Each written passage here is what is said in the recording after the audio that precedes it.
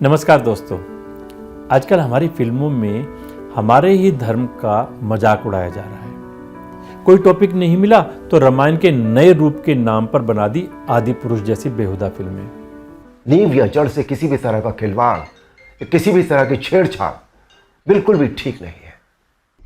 इससे बड़ा भयानक तमाशा नहीं हो सकता आदि पुरुष से ज्यादा।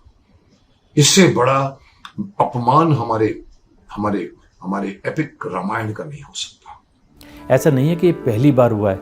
इससे पहले भी आपको याद होगा फिल्म पीके में किस तरह भगवान शंकर के भेष में एक युवक को सड़कों पर बेतहाशा दौड़ते हुए दिखाया गया था।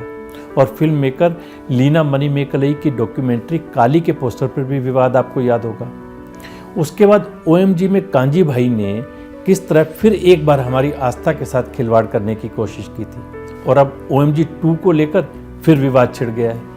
हम खुद ही दूसरों के सामने कला के नाम पर फूहड़ फिल्में बनाकर पूरी दुनिया में हंसी का पात्र बन रहे हैं। पुरानी बात है, एक राज्य में एक राजा हुआ करता था जिसे लोग भगवान की तरह पूजते थे। एक दिन एक गरीब ब्राह्मण ने राजा के दरबार में जाकर राजा से कुछ ऐसा मांग लिया जिसे सुनकर राजा भी दुविधा में पड़ गए। ब्राह्मण ने कहा कि हे राजन, मुझे धन और धर्म दोनों चाहिए।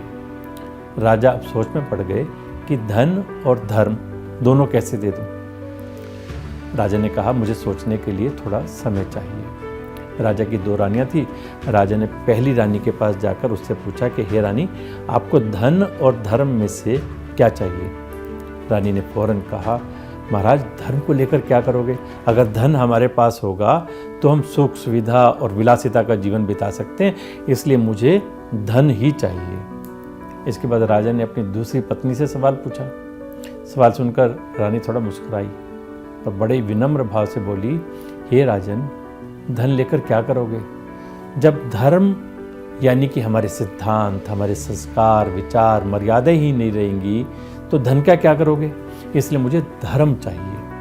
राजा दूसरी रानी का उत्तर सुनकर बहुत खुश हुआ। राजा जान चुका था कि धर्म रहेगा तो सब कुछ रहेगा, जबकि धन कभी स्थायी नहीं हो सकता। धर्म हमारी अंतरात्मा में बसता है और जब अंतरात्मा ही नहीं रहेगी, आत्मा ही नहीं रहेगी, तो फिर बेजान शरीर का क्या फायदा? कहा गया है, धर्मो रक्षति रक्षतः, यानी धर्म की रक्षा करने वाले की रक्षा स्वयं धर्म करता है। हमें याद रखना चाहिए, अगर अधर्मी सिर्फ समझाने से समझ जाते तो बांसुरी बजाने वाला महाभारत नहीं होने देता। नमस्कार।